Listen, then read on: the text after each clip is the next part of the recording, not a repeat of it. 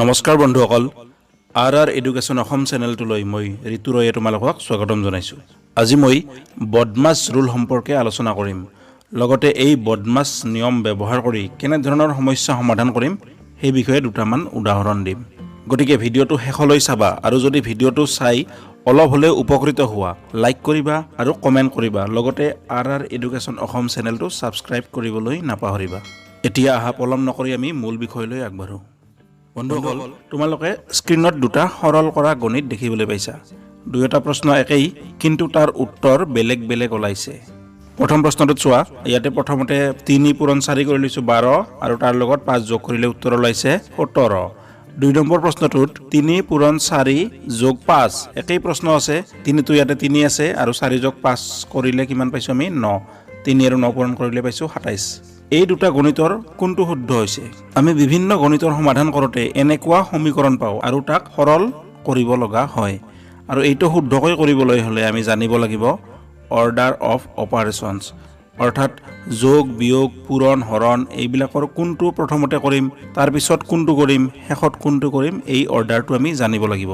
আৰু এই ক্ৰমটোকে বদমাছ ৰুল বুলি জনা যায়। বদমাছ শব্দটোৰ BODMAS প্ৰতিটো লেটাৰৰে একোটা অৰ্থ আছে। এতিয়া এই বদমাছ শব্দটোৰ প্ৰতিটো লেটাৰৰ অৰ্থনো কি সেই বিষয়ে জানি লওঁ। বি মানে হৈছে ব্ৰেকেটছ। তাৰ মানে আমি এনেকুৱা সমস্যাৰ সমাধান কৰিবলৈ হ'লে আমি প্ৰথমতে ব্ৰেকেটৰ ভিতৰৰ কামখিনি কৰিব লাগিব। আৰু ব্ৰেকেটৰো এটা ক্ৰম আছে, প্ৰথমতে ফাৰ্ষ্ট ব্ৰেকেট, তাৰপিছত ছেকেণ্ড ব্ৰেকেট আৰু শেষত থাৰ্ড ব্ৰেকেটৰ ভিতৰৰ কাম কৰিব লাগিব। মানে হৈছে অফ বা অৰ্ডাৰ্ছ। কেতিয়াবা কিছুমান প্ৰশ্নত অফ থাকে বা অসমীয়াত বুলি আহে, যেনে ধৰা 120ৰ 10% এনেকৈ এটা থাকে আৰু এই টোৰ কাম আমি প্ৰথমতে কৰিব লাগিব। নাইবা কেতিয়াবা কিছুমান অৰ্ডাৰ্ছ থাকে যেনে স্কুৱেৰ বা ৰুট অভাৰ, এইবিলাকৰ কাম আমি ব্ৰেকেটৰ পিছতে কৰিব লাগিব। তাৰপিছত আছে ডি মানে হৈছে ডিভিজন, হৰণ। অৰ্ডাৰ্ছৰ কামখিনি কৰাৰ পিছত আমি হৰণ কৰিব লাগিব। তাৰপিছত এম মাল্টিপ্লিকেশ্যন অৰ্থাৎ পূৰণ। তাৰপিছত কৰিব লাগিব এডিশ্যন মানে যোগ আৰু শেষত কৰিব লাগিব এছ বা ছাবট্ৰেকশ্যন বিয়োগ। ঠিক আছে, আৰু এই ক্ৰমটোকে আমি মনত ৰখাৰ সুবিধাৰ কাৰণে বদমাছ ৰুল বুলি কওঁ।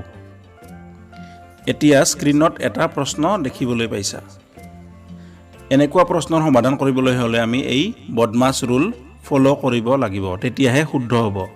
ইয়াতে এটা কথা মনত ৰাখিবা যে পূৰণ আৰু হৰণ প্ৰক্ৰিয়া দুটা একে ধৰ্মৰ, গতিকে আমি সমান্তৰালভাৱে একে শাৰীতে এই পূৰণ আৰু হৰণ কৰিব লাগিব। আৰু ঠিক তেনেকৈ যোগ আৰু বিয়োগ প্ৰক্ৰিয়া দুটাও একে ধৰ্মৰ, গতিকে তাকো আমি একে শাৰীতে চিৰিয়েলি কৰি যাব লাগিব। দুটামান উদাহৰণ দিলে তোমালোকৰ গোটেইখিনি ক্লিয়াৰ হৈ যাব। প্ৰথমটো উদাহৰণ লৈছোঁ 2 + 3 × 7 - 2 প্লাছ ব্ৰেকেটৰ ভিতৰত আছে 25 / 5। এইটো সমাধান কৰিবলৈ হ'লে বদমাছ ৰুল মতে আমি প্ৰথমতে এই ব্ৰেকেটৰ কামখিনি কৰিব লাগিব। প্ৰথমতে ব্ৰেকেটৰ কামখিনি কৰা, বাকীখিনি একে থাকিল। ব্ৰেকেটৰ ভিতৰত আছে 25 হৰণ 5 অৰ্থাৎ কিমান হ'ব 5।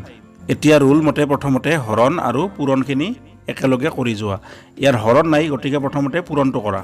ইয়াতে 3 পূৰণ 7 আছে, 3 × 7 = 21। এতিয়া বাওঁফালৰ পৰা যোগ বিয়োগ গোটেইখিনি একেবাৰতে কৰি যোৱা।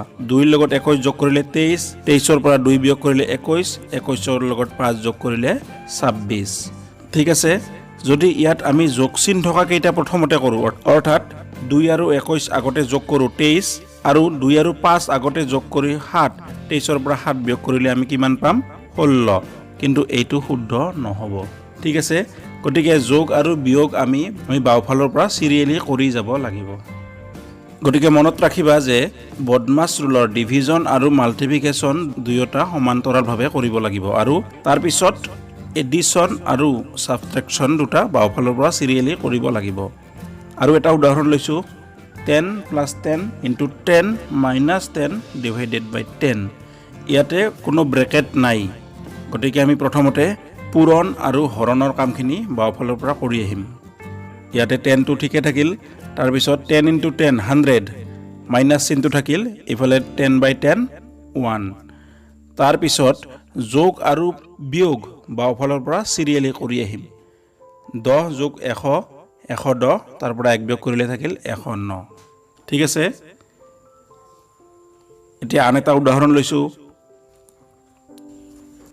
ইয়াত ফাৰ্স্ট ব্ৰেকেটৰ কামখিনি প্ৰথমতে কৰিব লাগিব বাকিখিনি ঠিকে থাকিল ব্ৰেকেটৰ ভিতৰত আছিল 2 + 7 আৰু এইটো হ'ব 2 হাতে 9 এতিয়া সেকেন্ড ব্ৰেকেটৰ কাম সেকেন্ড ব্ৰেকেটৰ ভিতৰত কি আছে 9 - 2 অৰ্থাৎ 7 এতিয়া পূৰণ আৰু হৰণ 3 × 6 18 প্লাস 25/5 5 minus 3 × 7 21 তাৰ পিছত যোগ আৰু বিয়োগ সিৰিয়েলি কৰি যোৱা 18 এ পাছে 23 23 ৰ পৰা 21 বিয়োগ কৰিলে থাকিল 2 আৰু ইয়ে হৈছে শুদ্ধ উত্তৰ ঠিক আছে বন্ধুসকল তোমালোকে নিশ্চয় এই বদমাছ ৰুল সম্পৰ্কে ক্লিয়াৰ হৈছা তোমালোকে এনেকুৱা আৰু কিছুমান প্ৰশ্ন সংগ্ৰহ কৰি নিজে কৰিবলৈ চেষ্টা কৰা তেতিয়াহে এই নিয়মটো ভালদৰে মনত থাকিব আজিৰ ভিডিঅ'টোত ইমানেই এনেকুৱা আৰু বহুত ভিডিঅ' চাই থাকিবলৈ RR এডুকেশ্যন অসম চেনেলটো সাবস্ক্ৰাইব কৰি